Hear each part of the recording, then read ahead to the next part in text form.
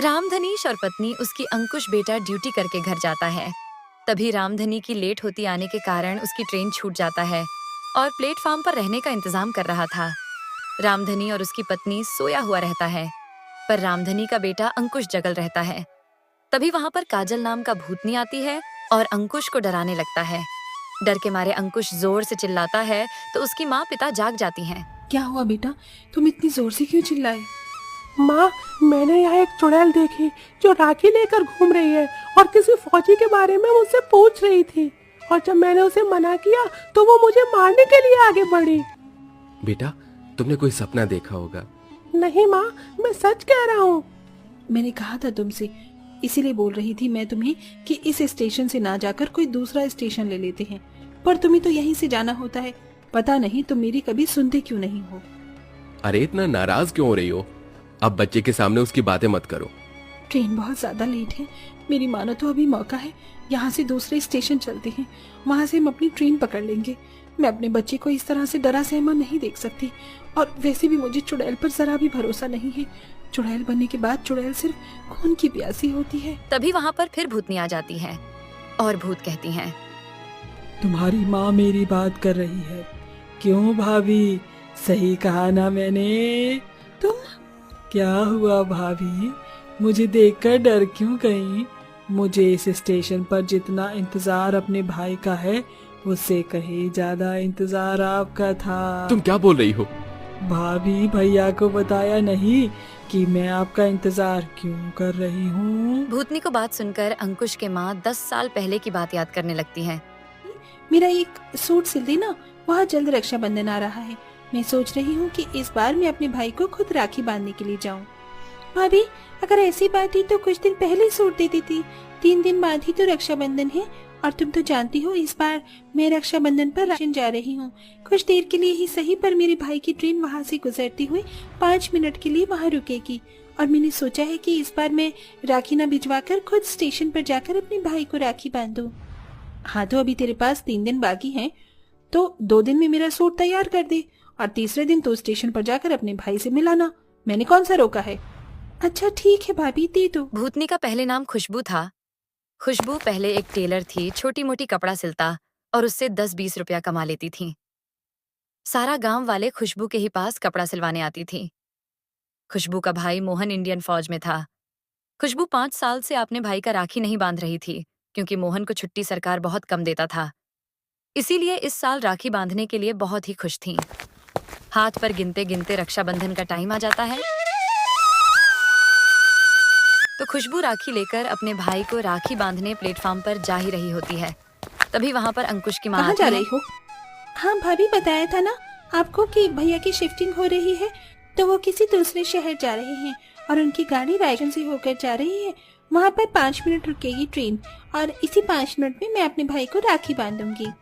अच्छा, मुझे तुमसे एक बात करनी थी। अगर तेरे पास समय है तो क्या हम थोड़ी सी बात कर ले? हाँ भाभी, अभी मेरे पास बहुत समय है, आप जल्दी से बताओ क्या बात करनी है। मेरी एक बहन है, वो लंगड़ी है, इसलिए उसका कहीं रिश्ता नहीं हो रहा, और तेरे तो माँ बाप भी नहीं है। तुझे तो एक भाभी की जरूरत है, भाई की शादी मेरी बहन से करवा दे। भाभी, ये आप कैसी बातें कर रही हो? आपको पता है ना मेरे भाई का रिश्ता 2 साल पहले ही लग चुका है। वो तो भैया को छुट्टी नहीं मिल रही, इसलिए शादी नहीं हो रही, वरना अब तक मेरी भाभी इस घर में आ चुकी होती। माफ करना मुझे, पर मैं अपने भाई की शादी आपकी बहन से नहीं करवा सकती। क्यों नहीं करवा सकती? क्योंकि मेरी बहन लंगड़ी है? नहीं भाभी, आप गलत समझ रही हैं, ऐसा कुछ नहीं है। आप प्लीज मुझे जाने दो, मुझे लेट हो रहा है। नहीं, मैं तुझे यहाँ से कहीं नहीं जाने दूंगी जब तक तू इस रिश्ते के लिए हाँ नहीं कर देती। स्टेशन पर कोई नहीं होता है, सिर्फ खुशबू और अंकुश के माँ होती हैं। तभी अंकुश की माँ खुशबू को पटरी पर धक्का देकर चली जाती है। तभी वही रेलवे लाइन से ट्रेन आती है और खुशबू कटकर गुड़िया गुड़िया बन जाती है, और खुशबू ने वहीं पर अंतिम सांस रोक देती है। तभी अंकुश के माँ झूठ फैला देती हैं कि खुशबू खुद खुशी कर लिया है। कुछ याद आया भाभी, आपकी वजह से उस दिन मैं अपने भाई को राखी नहीं बांध पाई। आखिर ऐसी क्या दुश्मनी थी जो तुमने मुझे ट्रेन के सामने धक्का दे दिया? जान, उस दिन तुमने ली थी?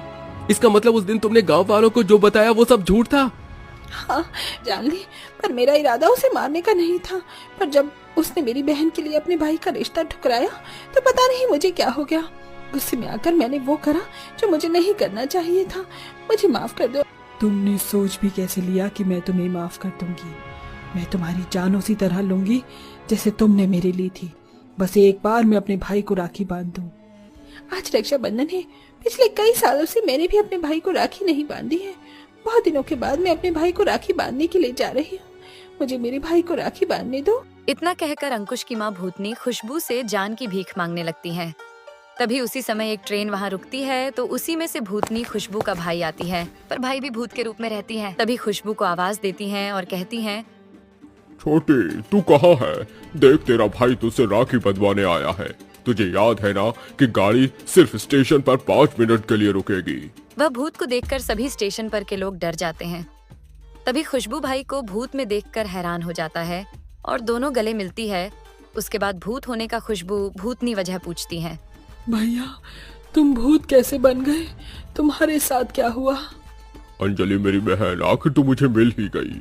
उस दिन जब ट्रेन यहाँ आई और मैं स्टेशन से उतरा तो मैंने यहाँ लोगों की भीड़ देखी। भीड़ देखकर जब मैं यहाँ आया तो मैंने देखा कि तेरी लाश स्टेशन पर पड़ी है। तेरी लाश को देखकर मेरे पैरों तले जमीन खिसक गई। मैं राखी वाले दिन तेरी मौत का सदमा बर्दाश्त नहीं कर पाया और मुझे हार्ट अटैक आ गया और मैंने भी वही दम तोड़ दिया।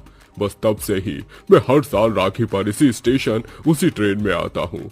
ट्रेन 5 मिनट के लिए यहाँ स्टेशन पर रुकती है और मैं तुझे ढूंढता हूँ।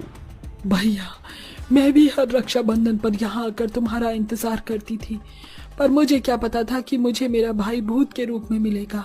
ये सब कुछ इस वजह से हुआ है।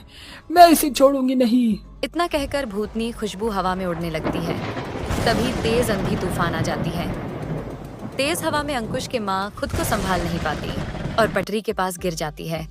तभी उसी समय ट्रेन आ जाती है और अंकुश के माँ को उसी जगह मौत हो जाती है। पर अंकुश के पिता को बहुत दुख होता है। उसी समय खुशबू भूतनी अपने भूत फौजी भाई को राखी पहनती हैं और दोनों स्वर्ग सिधार हो जाती हैं। कहानी कैसा लगा? अच्छा लगा तो वीडियो को लाइक करके चैनल को सब्सक्राइब कर देना। ऐसा वीडियो लाते रहते हैं।